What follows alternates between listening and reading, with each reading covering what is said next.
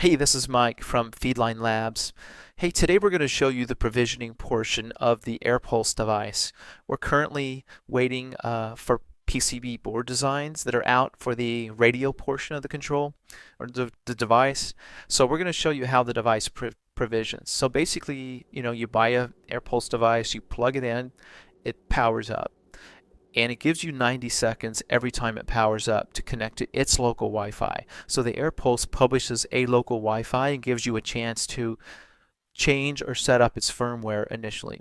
And one of the things you do is you give your device a name, you give it its lat long, and the other thing you do is you tell it how to connect to your local Wi-Fi.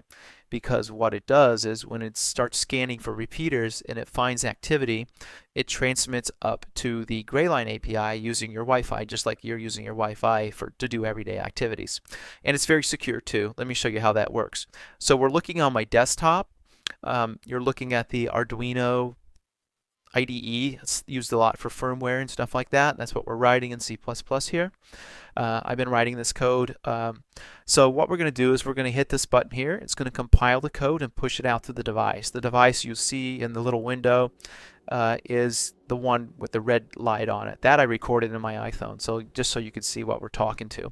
So I'm going to go ahead and click that. Let's click that on the desktop. Now you can notice my iPad sitting here, and it's got the Wi-Fi page up. And if you watch the networks, eventually you're going to see an AirPulse device come online.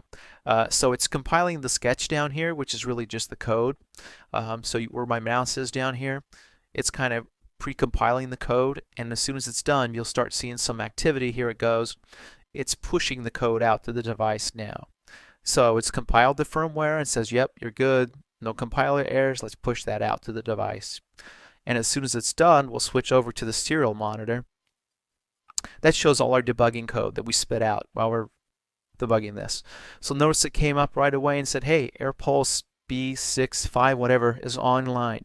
We published that, we made that local, and you have 90 seconds now to connect to it. So watch my networks tab. Oh, there it is. Look, this guy right here. And actually, when he first comes up, the password is feedline. So now we're going to go and watch the AirPulse device there, and we've got it. See the check by that? Let's switch over now to our browser. So you see this URL here, 192.168.4.1. As soon as you hit that, that web page is served up from the little device over there with the red light on it. That's our brain for the AirPulse device. So that served that up. Now there's my local password, or my local router, and I've already typed in my password for this, and it never brings your password back from the device. So there's no way for anyone to find out what your password is on this device.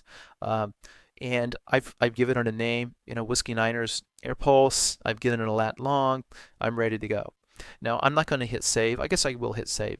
Let me hit save and continue, but watch the screen as soon as I do. We're going to count down. 1, 2, 3, go. Hit save.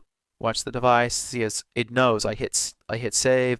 It's going to connect to Whiskey Niners AirPulse, lat long, bada bing, bada boom, and it hit the AirPulse API using my local Wi-Fi in my home, and it pulled down a list of repeaters based on my lat long, and it pulled back 43. So what just happened is pretty cool. I provisioned my device. I gave it my lat long.